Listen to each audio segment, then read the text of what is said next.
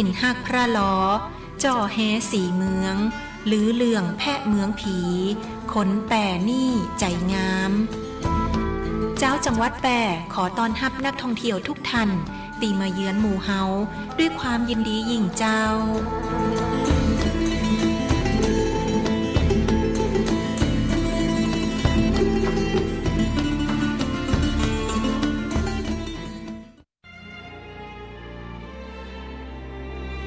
เป็นอะหยังจะได้มายะนาเศร้าๆกึดนักกะก็บ่ฮื้อกึดนักได้จะได้ก็เรื่องหนี้สินกวนใจหาตังออกก็บ่ได้เนี่ยอ้าวแล้วจะได้บ่ลองไปปรึกษากองทุนฟื้นฟูและพัฒนาเกษตรกรดูล่ะได้ขึ้นทะเบียนเป็นสมาชิกกองทุนไว้แล้วยังแน่สงสัยยังบ่ฮู้แน่ๆเลยก็ถ้าเป็นสมาชิกแล้วมีหนี้ในระบบเกี่ยวกับการเกษตรเฮาสามารถยื่นขอขึ้นทะเบียนหนี้กับสำนักงานกองทุนฟื้นฟูและพัฒนาเกษตรกรสาขาแปรได้นะเขาจะให้คำปรึกษาหรือช่วยแก้ปัญหาหนี้สินของเกษตรกรตัวเนอโอ้ยมีจะอีตัวกะแล้วถ้าเขาบ่มีหนี้บ่มีสินดูจะมีอันหยังมาส่งเสริมสนับสนุนเกษตรกรพ่องมีเหมือนกันนะเฮาก็ไปสมัครเข้าองค์กรหรือจัดตั้งกลุ่มใหม่ร่วมกันบ่น้อยกว่า50คนก็ได้แล้วก็ไปขอรายละเอียดยื่นเสนอแผนและโครงการเพื่อฟื้นฟูและพัฒนาอาชีพของเฮาแต่แล้วเฮาจะไปติดต่อตังใดอ๋อสำนักงานกองทุนฟื้นฟูและพัฒนาเกษตรกรสาขาแปร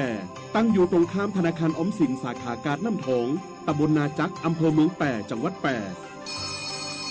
โทร054-534-381หรือ080-067-1185เกษตรกรที่ไปติดต่อบ่ได้เสียค่าใช้จ่ายใดๆทั้งสิ้นนะเจ้า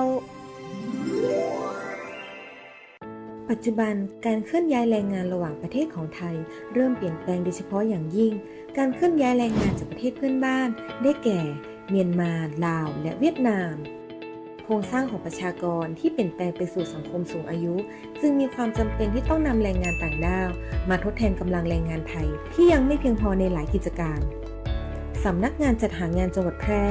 เป็นหน่วยงานหลักที่ให้บริการจัดหางานแก่ประชาชนทุกกลุ่มเป้าหมายรวมถึงการควบคุมการทำงานของคนต่างด้าวซึ่งปัจจุบันได้นำระบบ e-work permit เข้ามาอำนวยความสะดวกในการให้บริการแก่นายจ้างสถานประกอบการและแรงงานต่างด้าวในกระบวนการการรับคำขอการแจ้งการทำงานของคนต่างด้าวและการผลิตใบอนุญาตการทำงานทั้งนี้สามารถรับชมวิดีทัศน์การให้บริการผ่านระบบ e-work permit ได้ที่เพจ Facebook สำนักงานจัดหางานจังหวัดแพร่หรือสอบถามรายละเอียดเพิ่มเติมผ่านแอปพลิเคชัน LINE Official S435DEAQA หมายเลขโทรศัพท์ 054-511-721 หรือ 054-511-807 และสายด่วนกรมการจัดหางาน 1506 กด 2 สำนักงานจัดหางานจังหวัดแพร่มุ่งให้นายจ้างและแรงงานต่างด้าวได้รับการคุ้มครองตามกฎหมายอย่างเป็นธรรม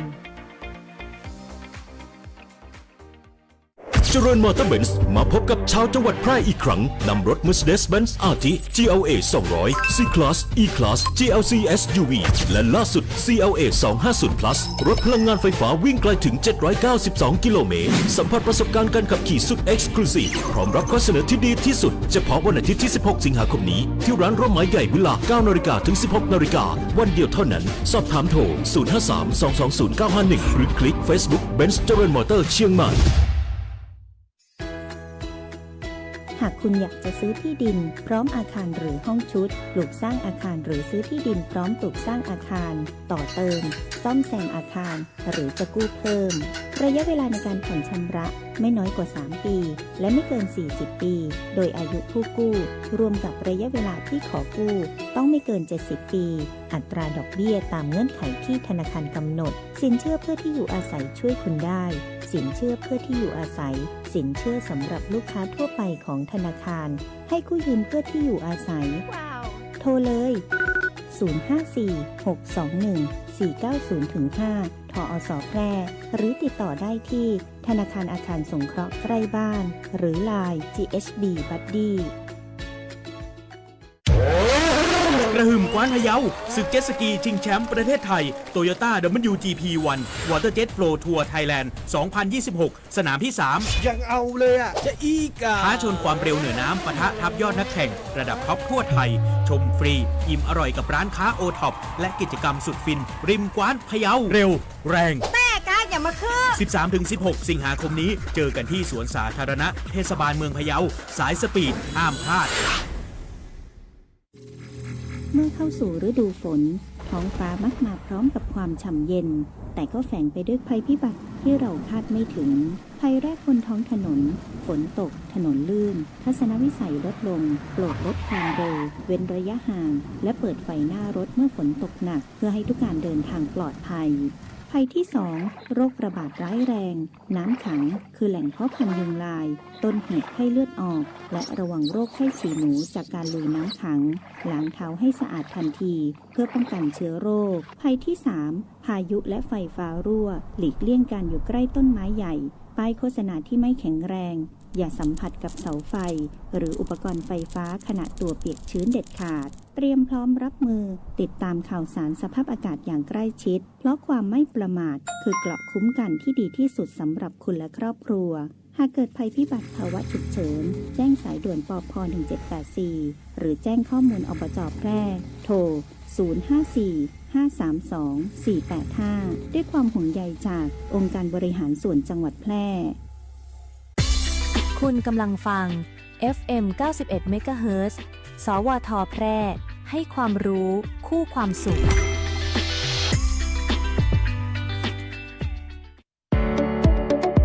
ที่นี่สถานีวิทยุกระจายเสียงแห่งประเทศไทยจังหวัดแพร่ ส่งกระจายเสียงด้วยระบบ FM สเตอริโอมัลติเพล็กซ์ ความถี่ 91 เมกะเฮิรตซ์ จากนี้ไปติดตามรับฟังรายการร้อยเรื่องราวข่าวสารเมืองแพร่ทุกวันจันทร์ถึงวันศุกร์เวลา 11 นาฬิกาถึง 12 นาฬิกาช่วงสื่อสารสาธารณสุขโดยงานเผยแพร่ประชาสัมพันธ์สำนักงานสาธารณสุขจังหวัดแพร่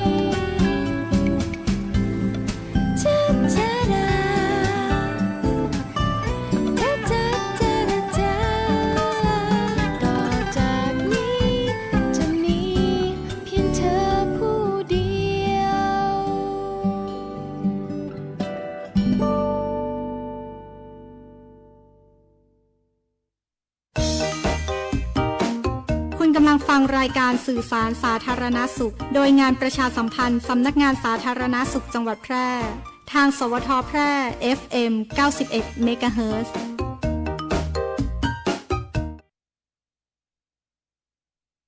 สวัสดีค่ะคุณผู้ฟังต้อนรับคุณผู้ฟังทุกท่านนะคะเข้าสู่ช่วงของรายการร้อยเรื่องราวข่าวสารเมืองแพร่ในช่วงสื่อสารสาธารณสุขโดยงานเผยแพร่ประชาสัมพันธ์สำนักงานสาธารณสุขจังหวัดแพร่ค่ะอยู่ด้วยกัน1 ชั่วโมงตรงนี้เป็นประจำในทุกวันศุกร์นะคะ 11 นาฬิกาหลังจากรับฟังข่าวต้นชั่วโมงเนาะไปจนถึงเวลา 12 นาฬิกาค่ะก็รับหน้าที่ดำเนินรายการโดยดิฉันพิรุณพรแสงสร้อยค่ะอยู่เป็นเพื่อนกัน1 ชั่วโมงตรงนี้กับสำนักงานสาธารณสุขจังหวัดแพร่นะคะสื่อสารสาธารณสุขวันนี้ก็มีข้อมูลดีๆมาฝากกันนะคะก่อนอื่นเลยนะคะก็จะต้องขอแสดงความยินดีนะคะกับการประกาศเกียรติคุณให้กับเภสัชกรประเสริฐกิติประภัตรนะคะนักวิชาการสาธารณสุขเชี่ยวชาญด้านการส่งเสริมพัฒนารองนายแพทย์สาธารณสุขจังหวัดแพร่นะคะที่ได้รับคัดเลือกเป็นบุคคลต้นแบบด้านการส่งเสริมพัฒนาวิชาการสาธารณสุขประจำปี 2569 นะคะก็ขอแสดงความยินดีกับเภสัชกรประเสริฐกิติประภัตรรองนายแพทย์สาธารณสุขจังหวัดแพร่ด้วยนะคะสำหรับตอนนี้นะคะก็มีสรุปผลของการดำเนินการรับสมัครอาสาพยาบาลชุมชนอสพ.ในพื้นที่จังหวัดแพร่ประจำปีพุทธศักราช 2569 นะคะยอดของผู้สมัครอาสาพยาบาลชุมชนอสพ.นะคะข้อมูลณวันที่1 สิงหาคม 2569 นะคะในเดือนนี้ก็มีผู้ผ่านคุณสมบัติ205 คนนะคะเป็นกลุ่มปริญญาตรีทั่วไป165 คนกลุ่มปริญญาตรีด้านสุขภาพ33 คนแล้วก็กลุ่มพยาบาลวิชาชีพ7 คนนะคะพื้นที่เป้าหมายนะคะของจังหวัดแพร่ของเรา78 ตำบลนะคะก็มีผลงาน70 ตำบลคิดเป็น 89.74% นะคะอำเภอ2มีเป้าหมายอยู่8 ตำบลมีผลงาน7 ตำบลนะคะ 87.50% นะคะอำเภอหนองม่วงไข่เป้าหมาย6 ตำบลมีผลงาน4 ตำบลนะคะก็เป็น 66.67% นะคะอำเภอรองเป้าหมาย9 ตำบลผลงาน8 ตำบลเป็น 88.89% ค่ะอำเภอวังชิ้นมีเป้าหมาย7 ตำบลมีผลงาน5 ตำบลคิดเป็น 71.43% นะคะอำเภอร้องกวางมีเป้าหมาย11 ตำบลผลงาน11 ตำบล 100% ค่ะอำเภอเมืองแพร่เป้าหมาย20 ตำบลผลงาน19 ตำบล95% นะคะอำเภอสูงเม่นเป้าหมาย12 ตำบลมีผลงาน11 ตำบล 91.67% อำเภอเด่นชัยเป้าหมาย5 ตำบลมีผลงานทั้ง5 ตำบลก็เป็น 100% นะคะจำนวนผู้สมัครทั้งหมดนะคะ213 คนค่ะผ่านคุณสมบัติ205 คนแล้วก็ไม่ผ่านคุณสมบัติอีก8 คนนะคะก็เอามาประชาสัมพันธ์ให้ได้รับทราบข้อมูลกันนะคะเดี๋ยวช่วงหน้ามีข้อมูลเรื่องของฝีดาษวานอนนะคะมาประชาสัมพันธ์ค่ะก็มีการรณรงค์นะคะเป็นสิ่งที่วัยรุ่นต้องรู้นะคะในเรื่องของฝีดาษวานอนนะคุณผู้ฟังเดี๋ยวช่วงหน้ากลับมานะคะท่องเที่ยวปลอดภัยยิ่งเช็คยิ่งอุ่นใจเที่ยวปลอดภัยทุกเส้นทางในช่วงเทศกาลหยุดยาวใครๆก็วางแผนไปเที่ยวแต่เราวางแผนอยากเห็นคนไทยเดินทางอย่างปลอดภัยด้วยการเตรียมตัวก่อนเดินทางง่ายๆที่ยิ่งคุณตรวจเช็คคุณก็จะยิ่งอุ่นใจว่าการเดินทางของคุณจะปลอดภัยในทุกเส้นทางนั่นคือการเตรียมความพร้อมของร่างกายและการตรวจเช็คสภาพรถสิ่งแรกที่สำคัญที่สุดคือควรนอนหลับพักผ่อนให้เพียงพออย่างน้อย8 ชั่วโมงก่อนออกเดินทางไม่ควรทานอาหารที่เสี่ยงทำให้ท้องเสียเช่นอาหารรสจัด ไม่ดื่มเครื่องดื่มแอลกอฮอล์ทุกชนิด ไม่ทานยาที่ทำให้เกิดอาการง่วง ก่อนขับรถยนต์ต้องคาดเข็มขัดนิรภัย และก่อนขับรถมอเตอร์ไซค์ต้องสวมหมวกกันน็อก ในระหว่างขับรถงดใช้โทรศัพท์เพื่อป้องกันการเกิดอุบัติเหตุ และหากเกิดอาการง่วงให้จอดรถเพื่อนอนพักผ่อนสำหรับการตรวจเช็คสภาพรถเราควรตรวจในจุดสำคัญได้แก่ ตรวจสอบยางรถยนต์ให้อยู่ในสภาพดีและมีความดันลมที่เหมาะสม ระบบไฟส่องสว่างควรใช้การได้ทุกดวง ระบบเบรกพร้อมใช้งาน เช็คระดับน้ำมันเครื่อง ตรวจแบตเตอรี่ให้อยู่ในสภาพดี และน้ำกลั่นอยู่ในระดับที่เหมาะสม อย่าลืมตรวจเช็คสภาพรถและสภาพร่างกายให้พร้อมก่อนการเดินทาง เพื่อความปลอดภัยและความสุขของทุกคนในครอบครัว ยิ่งเช็ค ยิ่งอุ่นใจ เที่ยวปลอดภัยทุกเส้นทาง ด้วยความปรารถนาดีจากกรมควบคุมโรคกระทรวงสาธารณสุข สายด่วนกรมควบคุมโรค 1422 เอาเลขเข้ามาเลขดังเลขเด็ดเลขไหนก็ไม่ให้โชคเท่าเลขนี้ เลขอะไรคะ เลขบัตรประชาชน 13 หลักไงยืนยันว่าเราเป็นคนไทยและมีสิทธิ์หลักประกันสุขภาพครับคนไทยทุกคนที่มีเลขประจำตัวประชาชน 13 หลักที่ไม่มีสิทธิ์ในการรักษาพยาบาลตามกฎหมายประกันสังคมไม่มีสิทธิสวัสดิการรักษาพยาบาลของข้าราชการพนักงานรัฐวิสาหกิจหรือสวัสดิการรักษาพยาบาลอย่างอื่นที่รัฐจัดให้ทุกคนจะเป็นผู้มีสิทธิ์หลักประกันสุขภาพสอบถามรายละเอียดได้ที่สายด่วนสปสช1330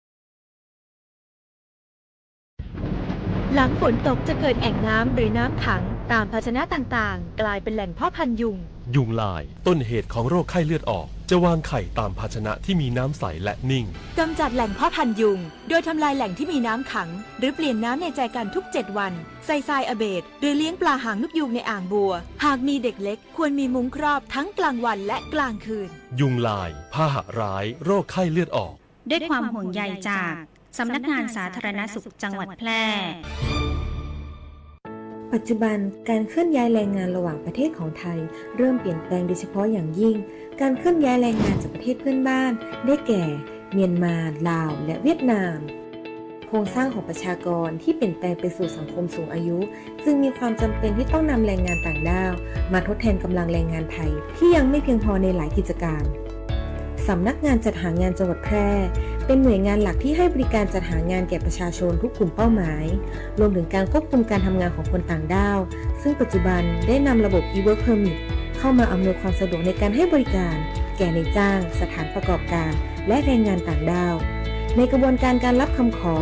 การแจ้งการทำงานของคนต่างด้าวและการผลิตใบอนุญาตการทำงาน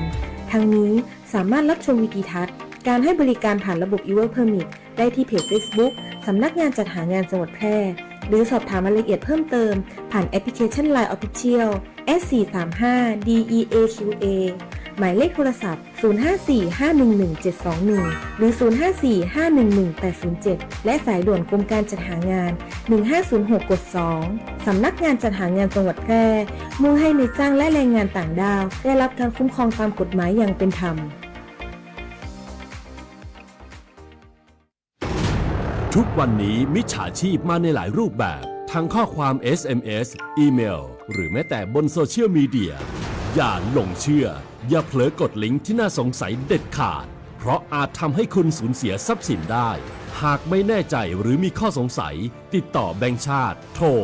1213แบงก์ชาติห่วงใยเตือนภัยการเงินย้ำอีกครั้งแบงก์ชาติโทร1213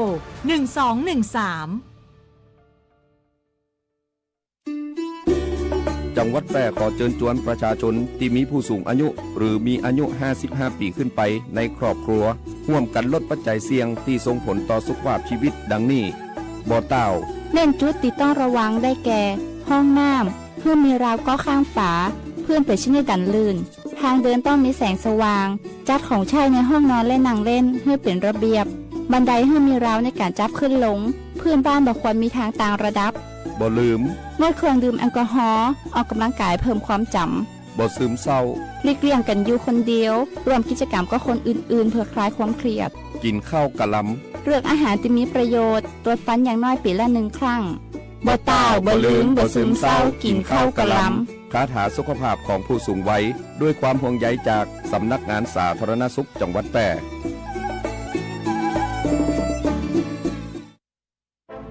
ผู้ใหญ่เนี่ยข่าวหนังสือพิมพ์บอกมีเด็กจมน้ำอีกแล้วเราจะทำยังไงกันดี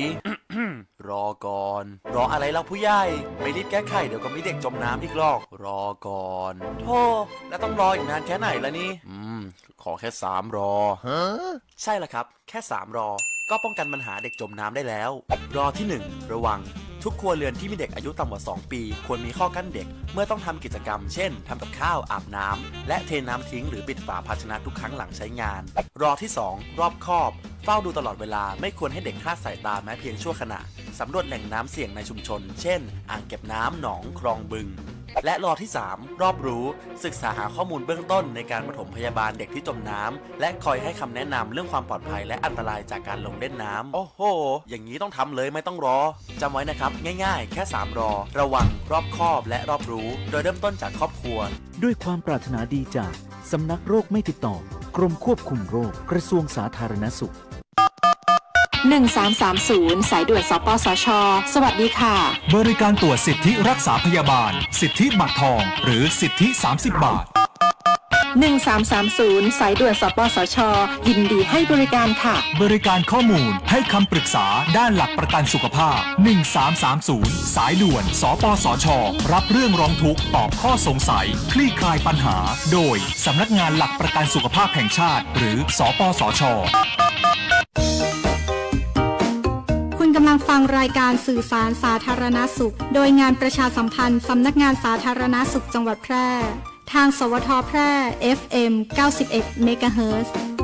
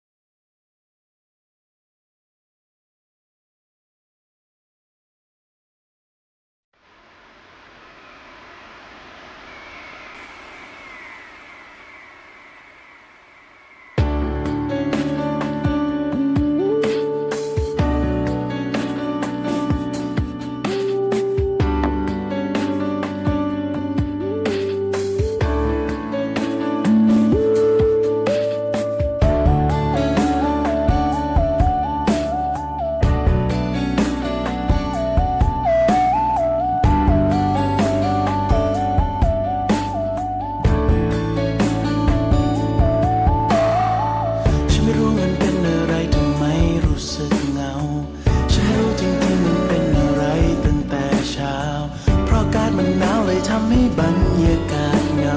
หรือว่าเป็นที่ฉันในใจมันไม่มีใครทั้งที่ฉันต้องเจอใครๆตั้งเยอะตั้งมากมายทั้งที่ฉันไม่ควรจะมีเวลามาวุ่นใจพอมาเจอลมหนาวที่มันพัดพามาเมื่อไรเหมือนทำไมในใจรู้สึกเดียวดายทุกทีต้องมีอะไรอยู่ในลมหนาวถึงทำให้เศร้าถึงทำให้เหงาหัวใจอากาศยิ่งหนาวหัวใจยิ่งเหงาไม่มีใครเข้ามาห่มใจอยู่คนเดียวไม่ได้จริงๆไม่กล้าจริงๆนอนลืมตาจนเช้าฉันก็ยิ่งเหงาไม่มีคนไหนเข้ามากอดหัวใจไม่อยากเหงาก็ต้องเหงาก็มันหนาวก็มันหนาวเหมือนหัวใจมันแพ้อากาศทุกที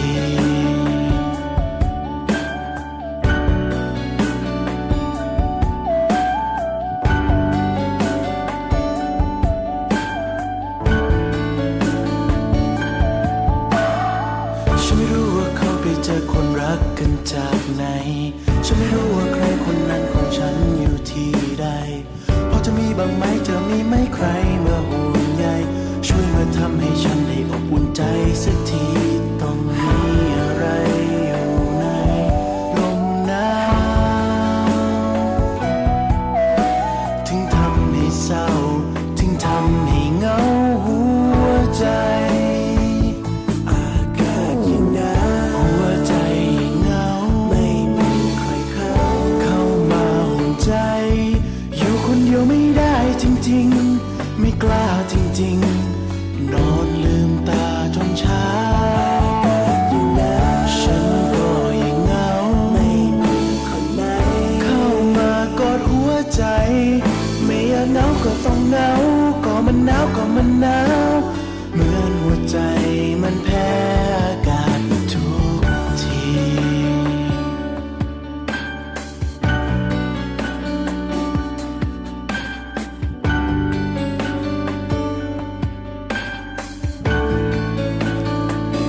อากาศยิ่งหนาวหัวใจยิ่งเหงาไม่มีใครเข้า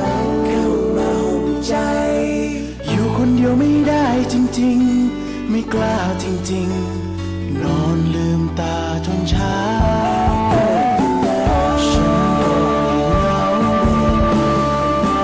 เข้ามากอดหัวใจไม่อยากเหงาก็ต้องเหงาก็มันหนาวก็มันหนาวเหมือนหัวใจมันแพ้อากาศทุกที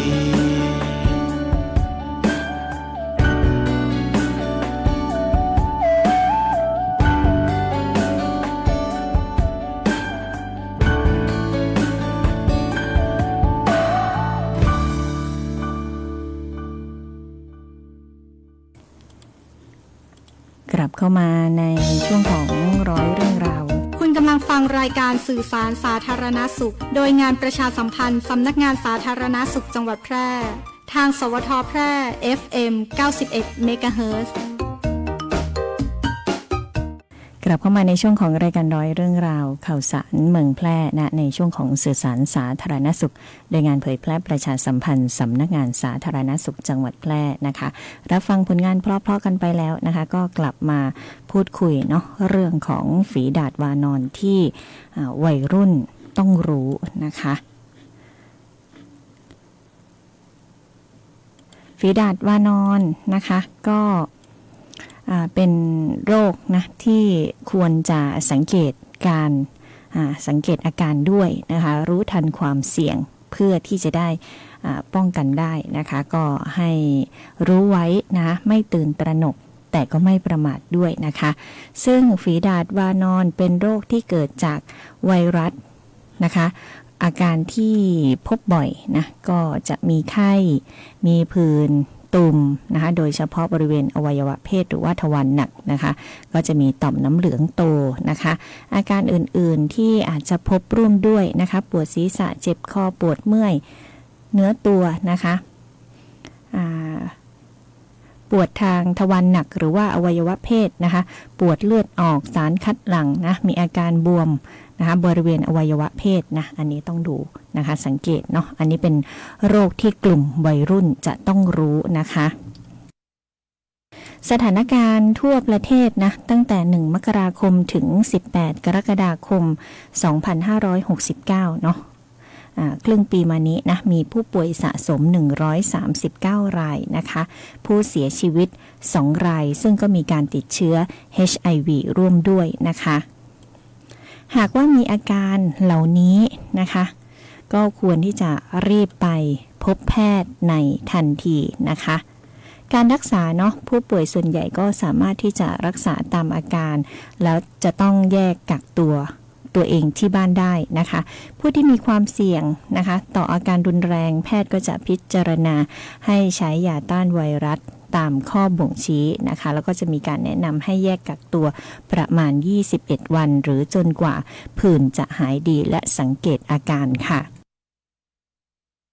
การติดต่อเนาะโรคฝีดาษวานอนนะคะการติดต่อก็จะผ่านการสัมผัสใกล้ชิดกับผู้ป่วยอย่างเช่นการมีเพศสัมพันธ์ในทุกช่องทางไม่ว่าจะเป็นอวัยวะเพศทวารหนักหรือว่าปากนะคะการสัมผัสโดยตรงกับผิวหนังเยื่อบุแม้จะไม่มีแผลนะไม่มีรอยโรคนะคะก็เกิดจากการคลุกคลีสัมผัสของใช้ร่วมกันเสื้อผ้านะคะผ้าเช็ดตัวของใช้กินดื่มร่วมกันหรือว่าของเล่นที่ปนเปื้อนเชื้อนะคะสารคัดหลั่งเนาะสัมผัสร่วมกันในบ้านหรือว่าพักค้างแรมกับผู้ป่วยนะอันนี้นะคะติดต่อเนาะอยู่ใกล้ผู้ป่วยในระยะ1เมตรมากกว่า4ชั่วโมงโดยไม่สวมหน้ากากนะคะนี้ก็เสี่ยงต่อการติดต่อโรคนะคะโรคฝีดาษวานอนเนาะไม่ได้แพร่กระจายง่ายจากการใช้ชีวิตประจำวันทั่วไปนะคะแต่ว่าเราก็จะต้องมีวิธีการป้องกันเนาะหลีกเลี่ยงการสัมผัสใกล้ชิดหรือมีเพศสัมพันธ์กับผู้ที่มีเชื้อมีผื่นหรือมีประวัตินะคะแล้วก็บุคคลที่ไม่รู้จักนะคะหลีกเลี่ยงการใช้ของส่วนตัวร่วมกันเนาะล้างมือด้วยน้ำด้วยสบู่เจลแอลกอฮอล์เป็นประจำนะคะสวมหน้ากากอนามัยเมื่อต้องออกไปในสถานที่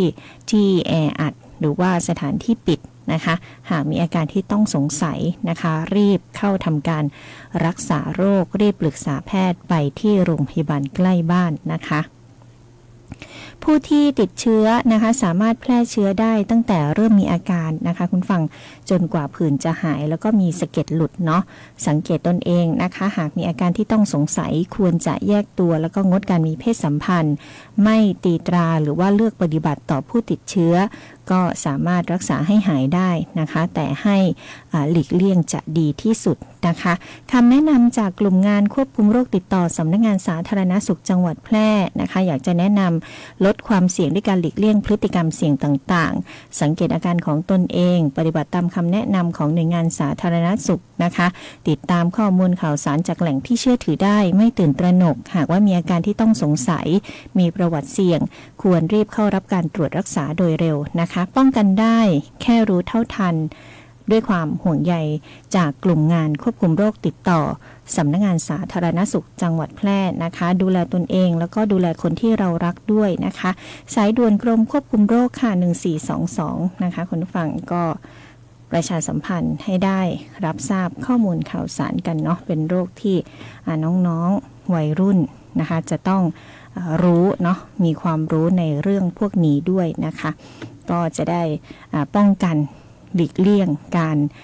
ติดเชื้อนะคะที่นำไปสู่การเสียชีวิตได้นะคะช่วงนี้หลายท่านหลายคนอาจจะเปิดแอปพลิเคชันหมอพร้อมนะคะก็สามารถเช็คกันได้นะคะไม่ว่าจะเป็นฟังก์ชันอะไรนะที่น่าใช้เช็คประวัติสุขภาพได้นะคะแอปพลิเคชันหมอพร้อมเนาะดูประวัติการรักษาจากทุกที่ดูผลการตรวจประวัติวัคซีนแล้วก็มีประวัติอื่นๆได้ในที่เดียวนะคะเช็คคะแนนหมอพร้อมนะเดินครบ 19,000 รับ5คะแนนนะคะยิ่งเดินยิ่งได้ทั้งคะแนนแล้วก็ได้สุขภาพด้วยนะคะ 8,635 ก้าวนะคะถ้าเราเช็คจำนวนก้าวเนาะเปิดแอปพลิเคชันก็นับก้าวได้อัตโนมัตินะอยู่ที่ไหนก็ใช้งานได้เริ่มวันนี้สุขภาพดีกว่าเมื่อวานนะแอปพลิเคชันหมอพร้อมนะรองรับสำหรับท่านที่ชื่นชอบในการออกกำลังกายเนาะเวลาไปออกกำลังกายไปเดินเนาะเปิดแอปหมอพร้อมไปด้วยนะคะแล้วก็สามารถที่จะนำมาแลกเป็นคะแนนเนาะเดินครบ 19,000 รับ 5 คะแนนนะยิ่งเดินยิ่งได้ทั้งคะแนนได้ทั้งสุขภาพนะคะเอาคะแนนมาทำอะไรนะคะก็สามารถใช้เป็นสิทธิประโยชน์นะมีคูปองนะมีสิทธิพิเศษคูปองส่วนลดมากมายจากพันธมิตรนะคะหมอพร้อมไม่ได้มีแค่ไว้ดูประวัติสุขภาพนะตอนนี้ช่วยดูแลสุขภาพของคุณได้ในทุกๆวันนะคะเปิดหมอพร้อมวันนี้เช็คให้ครบทุกฟีเจอร์นะคะใครที่มีเนาะแต่ว่าไม่ได้เปิดดูนะบางทีอาจจะหลงลืมนะคะก็สามารถที่จะเปิดดูได้นะคุณผู้ฟังแล้วก็ใช้เป็นการก้าวออกกำลังกายได้ด้วยนะคะเป็นข้อมูลที่นำมาประชาสัมพันธ์ให้ได้รับทราบรับฟังกันค่ะวันนี้ผมเริ่มมีคอเลสเตอรอลสูงครั้งแรกในชีวิตลาก่อนกุ้งแม่น้ำคากิคนที่เขาแข็งแรงไม่ต้องทำบุญด้วยเลยวะ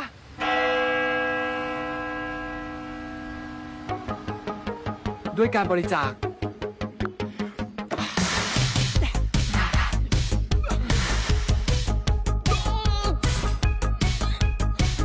ด้วยการตักบาตร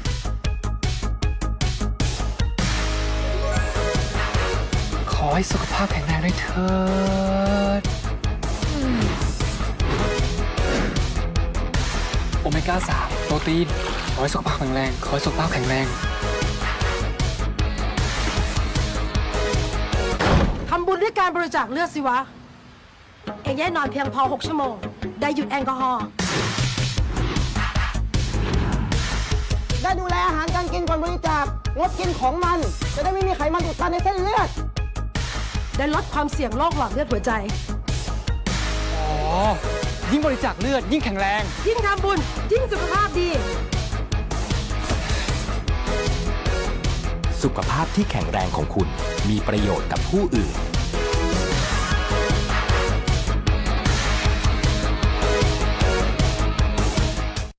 ชินเป็นครีเอทีฟที่จะทำงานดึกๆอ้าวทำไมวันนี้รีบนอนสนุกชอบปาร์ตี้ยิ่งมีเครื่องดื่มถึงไหนถึงกันอ้าวไม่ไปปาร์ตี้เหรอครับเจหรือเมสซี่เจนักบอลโรงเรียนชอบเตะบอลมากแล้วทำไมนั่งเชียร์ล่ะครับสมายนอนตื่นสายไม่เคยทันกินข้าวเช้าวันนี้ตื่นเช้ามากินข้าวด้วยมีอะไรพิเศษหรือเปล่าที่ต้องนอนแต่หัววันที่ต้องงดดื่มแอลกอฮอล์ที่ต้องนั่งพักเชียร์เพื่อนที่ต้องหลีกเลี่ยงอาหารไขมันสูงภายใน6 ชั่วโมงเพราะทำแบบนี้บริจาคเลือดได้ถึงจะขัดกับชีวิตประจำวันบ้างแต่ก็ไม่ได้ยากเกินกว่าจะลงมือทำนอนแต่หัววันงดดื่มแอลกอฮอล์หลังออกกำลังกายพัก1 ชั่วโมงหลีกเลี่ยงอาหารไขมันสูงภายใน6 ชั่วโมงทำแบบเนี้ยบริจาคเลือดได้เชิญเลย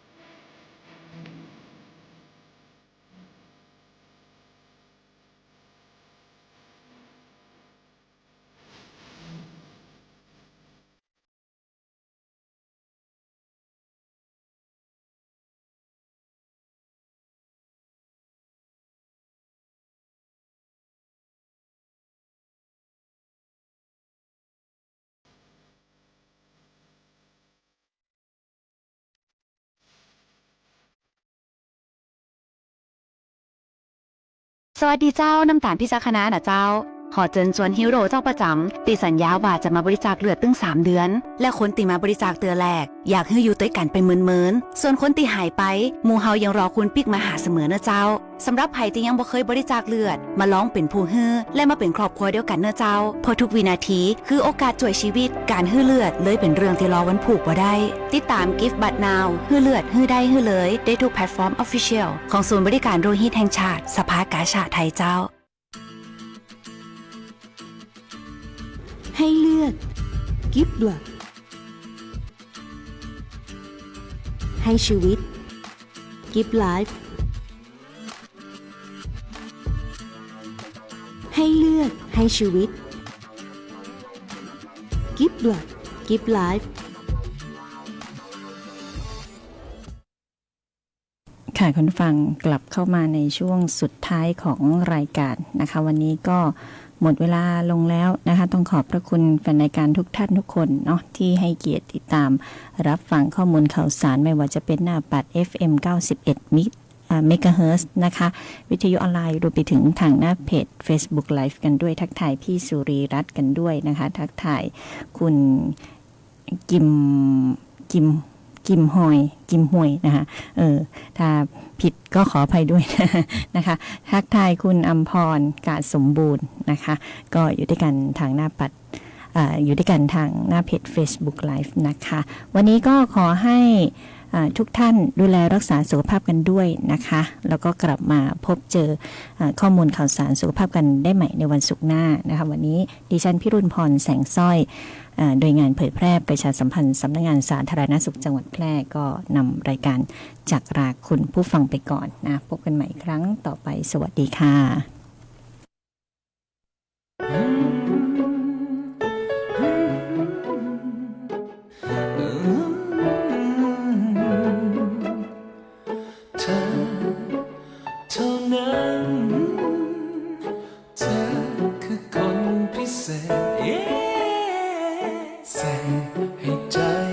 ฉันโบกปีกบินสู่ฟ้า